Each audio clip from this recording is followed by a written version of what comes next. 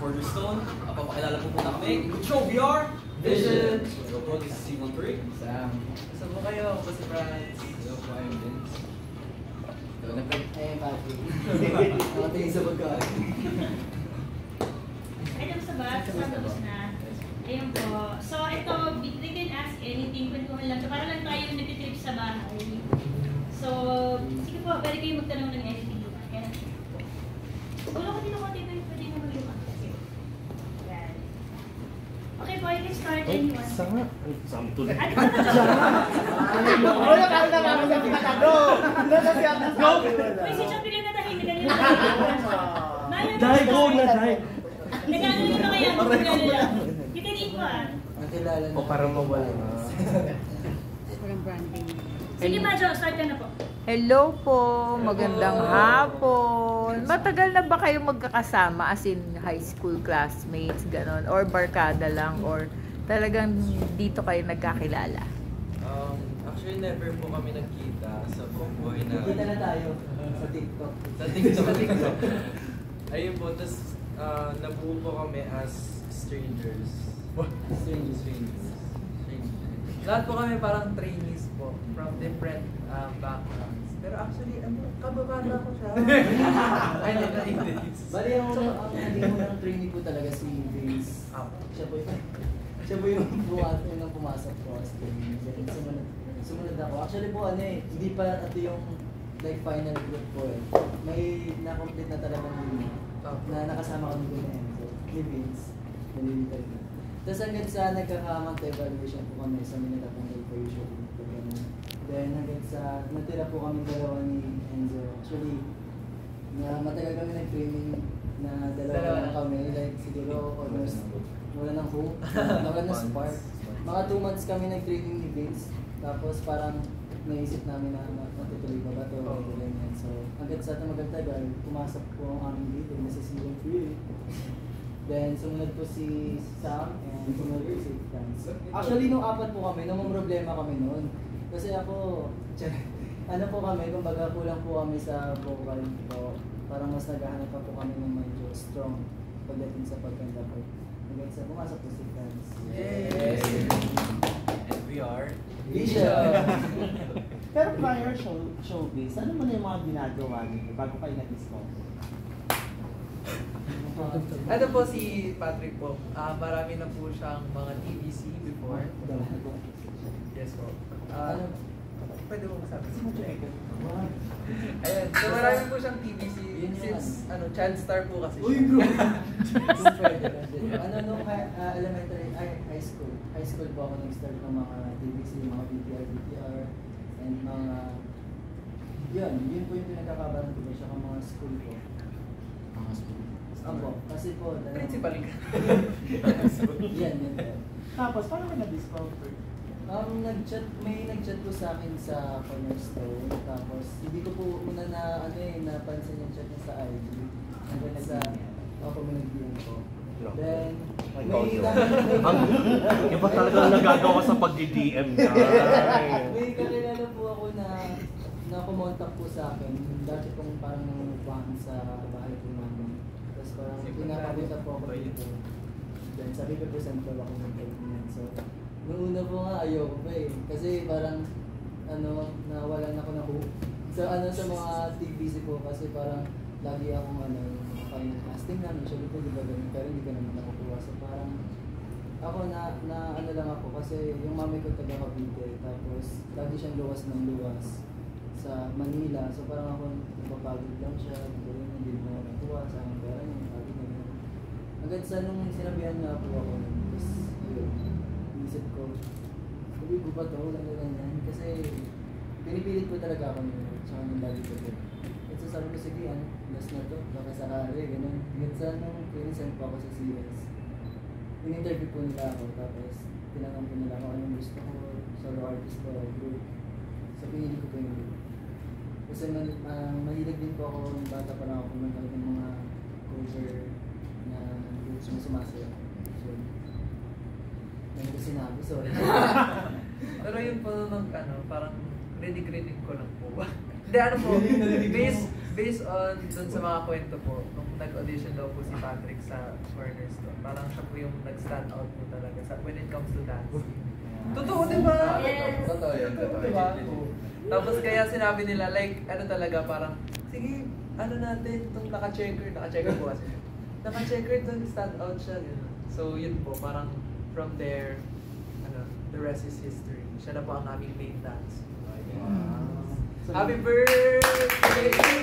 Happy birthday, Patrick! Happy birthday. Pumunta dito. Sana makikita kayo lahat. Ikaw. Ito sa, alam mo kwento mo eh. Ano? Happy. Hindi, ako before showbiz, nag-aral ako sa Southgate for tourism. Gusto ko talaga maging cabin crew. Pero yun nga, yung may mga opportunities na dumarating. Hindi ko na-imagine yung sarili ko na mapupunta ako sa group. Tsaka sa kinatatayuan ko ngayon. Kasi parang may mindset ako na tuloy-tuloy lang yung kumbaga kung ano yung iharap sa akin ni Lord. Kumbaga, grab lang ng grab, maximize lang ng maximize. Tsaka, yun, sobrang thankful ko na bigyan ako ng opportunity na mapunta dito sa Cornerstone. Kasi dito ko lang din na-realize na yung dating hindi ko na-realize kasi galing din ako sa group before, hindi yun nag-workout. Pero bumalik ako sa group para siguro to realize brotherhood in a deeper meaning. Kasi simula nung nakilala ko sila, na-house kami for the first time na hiwalay kami sa family. Parang doon ko na-realize na yung mga tao nito, yung pinagdadasal ko matagal. Kaya sobrang thankful ako sa kanila. Yeah. Dati po din si Sam is nag-star na rin po siya sa mga TV shows like Starla, ganyan. Ay! Yes po. Ma-acting po si Sam Ano siya? po. Danig tayo. Ano ka daw doon? Ikaw yung siya yung Sino ka doon? Parang ano lang siya, extra role lang siya. Parang may scene lang na yung babae, you wish niya na mapansin ko siya. Kasi, yun lang. After that lang. Pero nag-workshop ko talaga sa Nag-workshop ako before sa hindi kong pwede ko sabihin, Star Magic. Nag-workshop ako doon. Doon ako actually na-discover na co-manager ko ngayon na si Christian Cook. Na bumuo siya ng group. Tapos, yun, from there, tuloy-tuloy na siya. Acting, PR, meditation. Palakpakan po natin.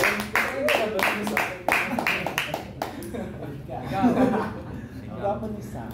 Ay. Huwag ka nun. Kalma more. Medyo mahaba-haba. Nag-start kasi yun na nung bata kasi ako, sobrang introvert ko talaga. To the point na hindi ako makatingin sa tao eye to eye. Tapos parang medyo lumabas na ako sa shell ko nung nag-start na ako mag-perform. Una nag-start ako mag-perform sa mga birthday party. Talagang pag sumasayaw ang akin lang sa baba, talaga kaya. Oo, iba yung feeling eh. Parang sa lugar. Natotrauma or parang nagka-anxiety. Tapos nag-start ako mag-perform as a K-pop cover group. Kasi di ba uso natin yung K-pop sa lahat ng mga competitions. And then, nag-ganon ako for like 4 years. Tapos, yun parang sabi ko, ito yung gusto ko talagang gawing career. Talagang nakilala ko sa sarili ko doon. Na-enjoy ko talaga siya kasi mas marami akong nakilala ng tao, to build connections. And yun, sobrang na-inspire din kasi ako ng K-pop and performing in general. Sabi ko, kung yung ibang tao, kung yung artist, kaya nilang mag-move yung movie, parang gusto ko ganun maka-change ang buhay ng ibang tao. And then, yun, nangarap ako ng mas malaki. Sabi ko, instead of being a cover member lang, gusto ko talaga maging K-pop star. So, instead na mag-college ako dito, since kami first batch ng K-12, sabi ko, ayoko muna magsayang ng year, like 2 years kasi pwede naman ako bumalik sa States, tapos naman ako mag-college. Tapos pagbalik ko doon, nag-enroll ako, tapos nag-isang sem lang ako ng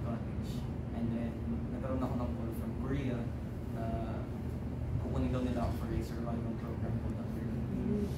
Kasi naalala ko pa nga yun, parang nag-work kasi ako. Nagkaroon ako ng several jobs sa States. Kasi nga gusto ko mag-make ng pera para makapunta sa Korea. And then, nag-work ako nun. So, bilang may nag-text ako. So, pumunta muna ako sa back room. Kasi nakita ko yung email na parang, oh, you're going to Korea. Kasi nandun yung ticket. Nandun iiyak ako.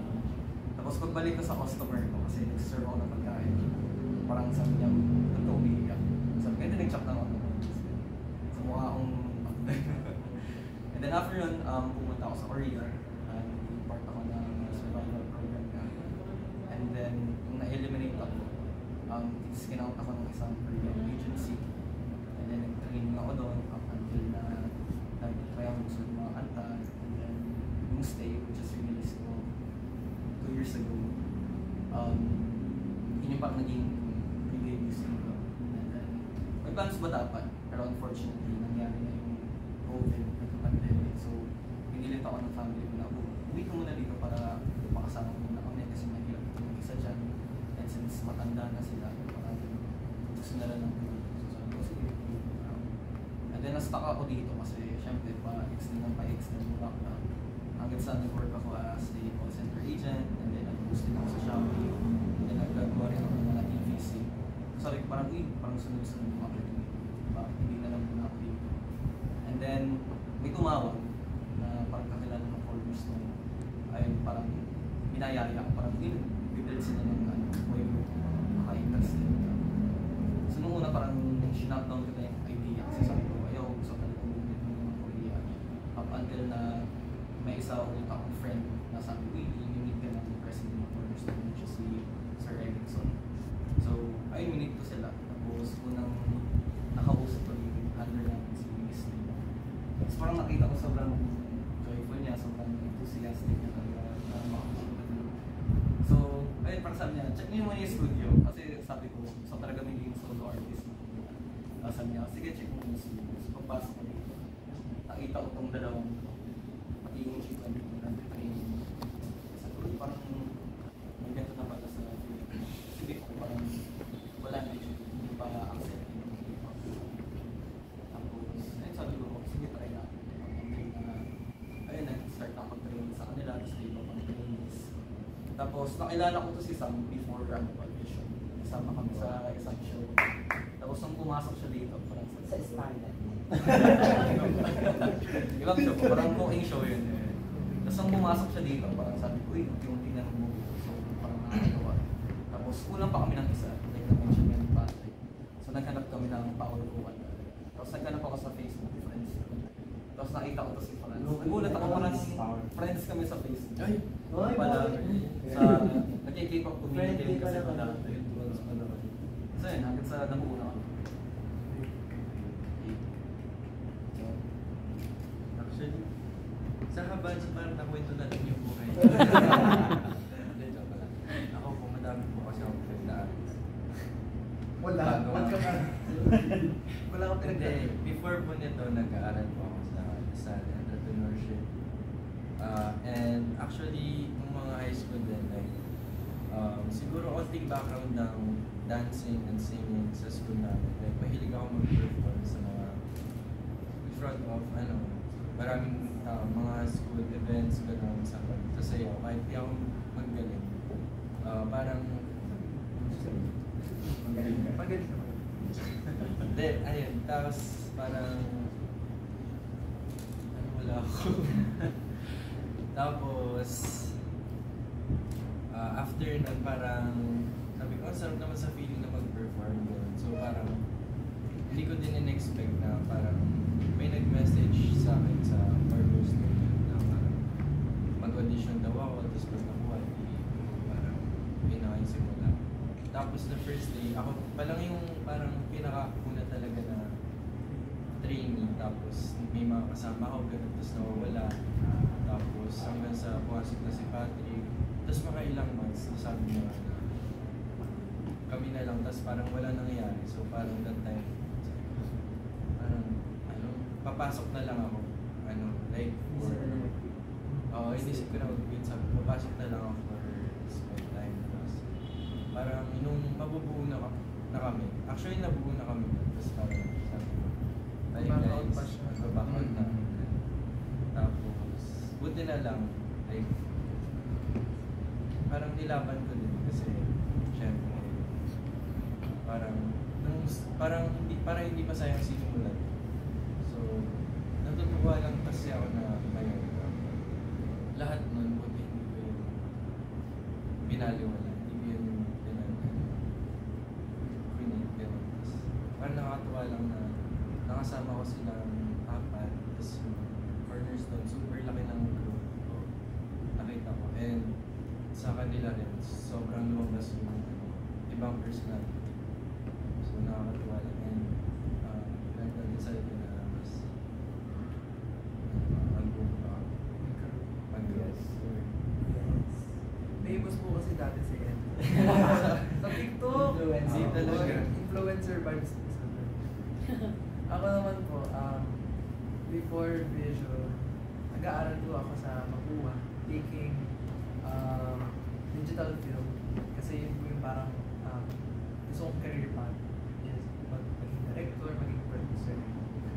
Tapos, nung pandemic, syempre, puro online class. Tapos, alam mo yun, parang napapagod ka sa bahay na parang paulit-ulit na lang. Tapos biglang may nag-message sa akin. Siya na. Siya message. Sabi niya, uy, there's an audition. Uy, English, shucks. May audition daw sa Cornerstone, tapos magawa daw sila ng boy. Tapos sabi ko, sige, try ko. Pero nag-aaral daw kasi sila singer. Tapos nagpapasadya sa akin ng mga videos na kumakanta ako. Sabi ko, feeling close up. Tapos, ayun po, nag-send po ako ng video. Tapos sabi nila, magsasend daw sila ng parang audition dates, ng meeting, ganyan. So parang na-move ata yun ng mga ilang days kasi sabi ko, may online class, so hindi po ako makakapunta. Nung araw na pumunta po ako, na-meet ko yung vice president, pati yung isang handler po sa Cornerstone. Tapos pinasayaw nila ako, pinakanta. Tapos hindi ko in-expect, sabi nila, okay, first day mo na ng training. Tapos pinag-training nila ako, tutubot. So parang audition pa lang, tapos biglang training na. So parang ako na-culture shock ako. Tapos pinag-meet na sa akin yung silang apat. Sabi ko, ay shucks, mga BGC boy! Mga bad boy, mga vibe nila. So, shucks, hirap nito. Vibe nila. Yun, sobrang, parang maaangas sila tapos parang aawayin ako. Tapos, kaya to! So yun, nung first day po, pinakanta nila ako agad. Di ba din sa? Oo, pinakanta nila ako sa tapos, syempre, bida-bida. Tinaasan na. Ano yun?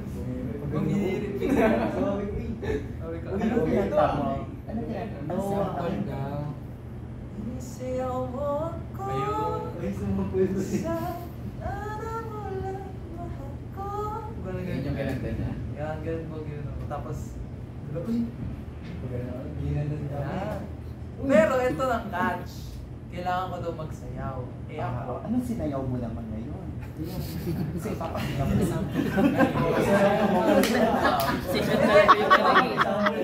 Ito, plot twist. Sabi ko, hindi talaga ako naman magsayaw. Paano ito? Hindi, kaya mo yan. Tapos pagdating ko talaga dito sa studio, pinag-send ako. Sample ka nga, fever. Fever, NIFM fever. Tapos pagkagano. As in, hindi talaga ako marunong eh. Walang coordination po yung body. Tapos yung rhythm ko hindi talaga like off po talaga siya. So pagkakita nila, shucks, ayun lang, di marunong. Tapos yung parang narinig ko rin po yung management. Parang hindi pati yung final member, parang ano pa natin ito. Pero sabi ko, may ganun. Sabi na natin, tatanggalin natin to. Pero bubog pala mo. Tanggalin talaga siya. Tatanggalin po talaga naman ako. Open naman po sila sa akin na parang pag hindi ko po na-achieve yung ganitong quality sa dance. Pero within a week. And then hard work po siya. Siguro mga 2 weeks, binigyan po nila akong 2 weeks to parang maka-catch up po sa Evaluation day yun. ginalingan. Ginalingan. Ginalingan. Hindi po siya natutulog. Ayun po, parang as time goes by, parang mas nakikita ko po na nakaka-catch up na po ako sa kanila. Tapos medyo sumasabay na po yung ano po namin, yung mga dads po namin. So ayun, hanggang ngayon, nag-learn pa rin naman po ako. Pero thankful din po ako sa kanila kasi without them encouraging me to do my best and to keep on pushing, baka siguro nag-quit na lang talaga ako sa college. Ayun, nakasulat siya ng isang buhay. Ay! De, pero yun po, siguro after that, parang mas nag-grow kami as a group and as an artist. And simula debut pa lang, we want to parang i-hands-on on our craft. And hanggang ngayon, syempre yung first album po namin talagang pinaglaban po talaga namin ang sabi namin. Gusto namin kami, may sulat kami dito, kami yung gagawa ng songs namin. Kasi parang ilang beses na rin kami binigyan ng mga songs na hindi nag-work sa amin. And yung parang mas na-feel namin na mas comfortable kami and mas nag-work sa amin yung mga talagang galing talaga sa amin. Yung storya namin, tsaka kung ano yung sound na comfortable kami.